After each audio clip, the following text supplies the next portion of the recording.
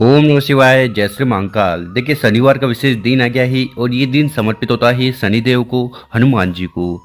तो गुरु जी ने कहा है कि आज के इस उपाय के लिए आपको इस प्रकार से 3 समी के पत्ते लेने हैं और विशेष तरीके से उनका उपाय कर लेना है। इस उपाय करने के बाद भगवान शंकर और माता पार्वती जी बहुत ज़्यादा प्रसन्न होंगे और आपकी हर प्रकार की जो कामना है, इच्छा है, उन्हें पूर्ण करेंगे। चाहे वो धन प्राप्ति को लेकर, व्यापार में, नौकरी में उन्नति को लेकर या जीवन में सुख शांति को लेकर हो।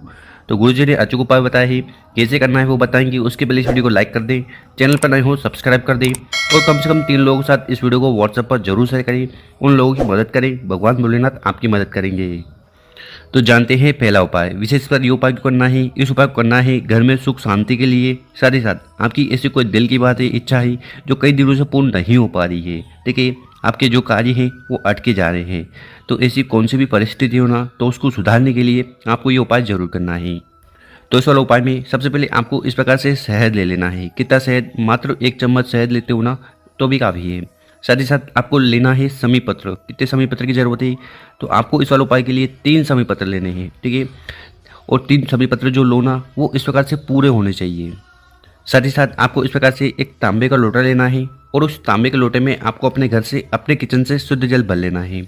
यहाँ से जल भरकर शिवलिंग को जाकर समर्पित करोगे तो घर के सारे दोष, परेशानी, समस्या समाप्त होगी। तो इस प्रकार से बताई गई सामग्री को लेकर चले जाना है शिव मंदिर, ठीक है। सुबह करना चाहो तो ये उपाय सुबह कर सकते हो या आप शाम को भी कर लेना। शिव मंदिर में पहुंचकर उत्तर दिशा की तरफ मुंह कर बैठ जाना है। और यहाँ पर आपकी जानकारी के लिए बता दें कि शिवलिंग के ऊपर शहद का उपाय करने से घर में सुख शांति समृद्धि आती है, दुर्भाग्य दूर होता है। समी का उपाय करने से भगवान भोलेनाथ बहुत ज़्यादा प्रसन्न होते हैं, क्योंकि बेलपत्र के बाद भगवान भोलेनाथ को सबसे प्यारी जो चीज़ है वो समी पत्र है, ठीक है। और एक समी पत्र 14 करोड़ स्वर्ण मुद्रा के बराबर है, तो इसकी बहुत ही ज़्यादा वैल्यू, अहमियत है। तो इस उपाय में आपको करना क्या है? सबसे पहले आपके पास 3 समी पत्र है ना, तो उसमें से पहला समी पत्र उठाना है। उसको आपको वो जो जल का लोटा है, जल का पात्र है, उसके अंदर डाल देना है। उसके बाद जो जल के लोटे को उठाना है और धीरे धीरे कर पूरा जल शिवलिंग के ऊपर समर्पित कर देना है। ओम नमः शिवाय श्री नमस्तुभ्यं इस मंत्र का जाप करते हुए, ठीक, जल समर्पित कर दिया। उसके बाद आपके पास जो दूसरा समी पत्र है उसको उठाना है, उसको समर्पित करना है यहाँ जलाधारी पर। तो यहाँ पर जो जल चढ़ाते हैं वो बहता हुआ नीचे आता है, ठीक है। तो यहाँ दूसरा समी पत्र आपको समर्पित कर देना है। इस समी पत्र की जो डंडी है वो बाहर की तरफ होगी, ठीक। इसी प्रकार से आपके पास जो तीसरा समी पत्र है, ठीक है, तो इस तीसरे वाले समी पत्र पर आपको अच्छी तरह से शहद लगा देना है, शहद से भिगो लेना है, ठीक। उसके बाद उस समी पत्र को उठाना है, उसको समर्पित नहीं करना है। सबसे पहले उसको उठाना है, उसको टच करना है गणेश जी के स्थान पर। ओम गणेशाय नमो, ओम गणेशाय नमो इस मंत्र का जाप कर लेना और आपके जीवन में जितने विघ्न हैं वो समाप्त हो जाए, उसके लिए प्रार्थना कर लेना। उसके बाद उस समी पत्र को उठाना है, उसको स्पर्श करवाना है आपको माता के हस्त कमल पर, ठीक है। और आखिरी में उस समी पत्र को शिवलिंग के ऊपर समर्पित कर देना। ओम नमः शिवाय श्री नमस्तुभ्यं मंत्रों का जाप करते हुए, ठीक।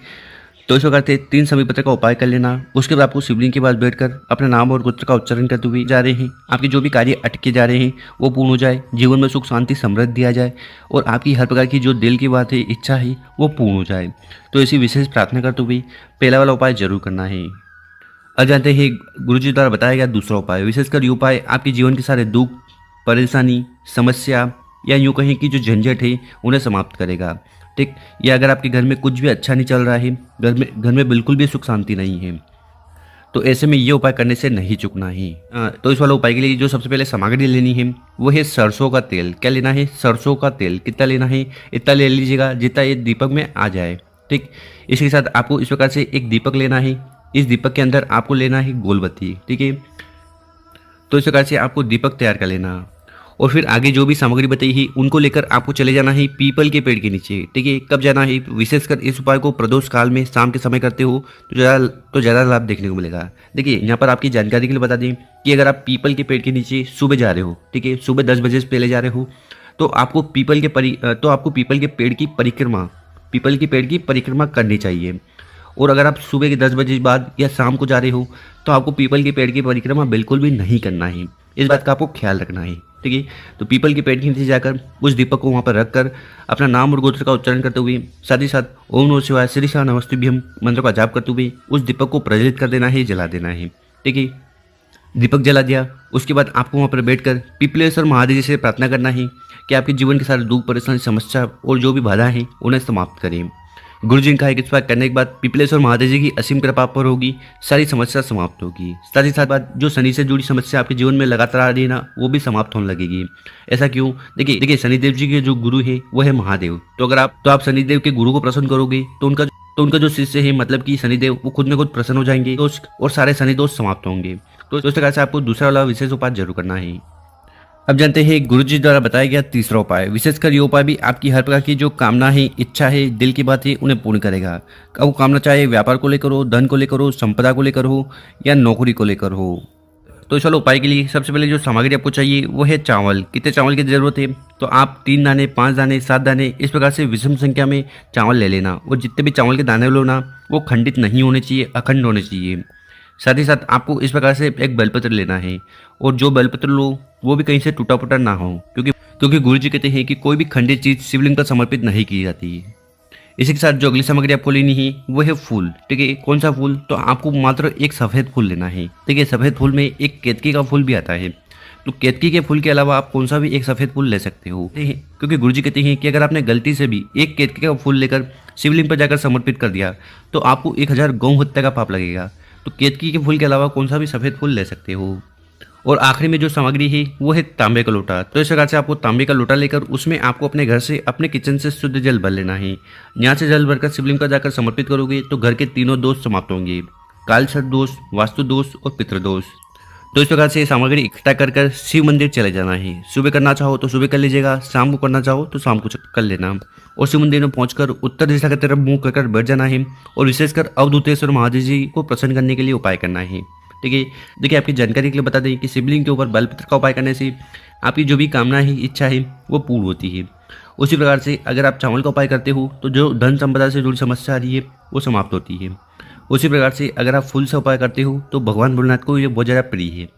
तो इस उपाय में आपको सबसे पहले करना क्या है, ये जो एक चावल का दाना है ना, इसको उठाना है, जल के लोटे में डाल देना है। उसी प्रकार से जो फूल है उसको उठाना है, उसको भी जल के लोटे में डाल देना है। और एक जो बेलपत्र है उसको भी आपको जल के लोटे में डाल देना है। और इस प्रकार से ये जल का लोटा विशेष तरीके से तैयार कर लेना। उसके बाद उस जल के लोटे को धीरे धीरे कर शिवलिंग के ऊपर समर्पित कर देना। ओम नमः शिवाय, श्री शिवानमस्तुभ्यम इस मंत्र का जाप करते हुए क्या करना है, जल का लोटा उठाना है और धीरे धीरे कर पूरा जल शिवलिंग के ऊपर समर्पित कर देना है। और यहाँ पर जल समर्पित करो तो एक चीज़ का ध्यान रखना है कि जो जल की धारा है वो बहुत ही स्लो होनी चाहिए, ताकि आप 11 बार ओम नमः शिवाय, श्री शिवानमस्तुभ्यम इन मंत्रों का जाप कर लो। तो इस प्रकार से आपको ये उपाय करना है। उसके बाद आपको शिवलिंग के पास बैठकर अपना नाम और गोत्र का उच्चारण करते हुए अवधूतेश्वर महादेव जी से प्रार्थना करना है कि आपकी सारी दिल की बात, इच्छा, कामना पूर्ण हो जाए, चाहे व्यापार को लेकर हो, नौकरी को लेकर या घर में सुख शांति को लेकर हो। तो कामना की पूर्ति के लिए गुरु जी ने बहुत ही अचूक उपाय बताया ही, कर जरूर देखिएगा। और मेरे प्यारे दोस्तों, अगर आपको वीडियो अच्छी लगी हो तो इस वीडियो को 5 लोगों के साथ व्हाट्सएप पर, इंस्टाग्राम पर या फेसबुक पर जरूर शेयर करें। ओम नमः शिवाय, जय श्री महाकाल। मिलते हैं हम आपसे एक और नई वीडियो में।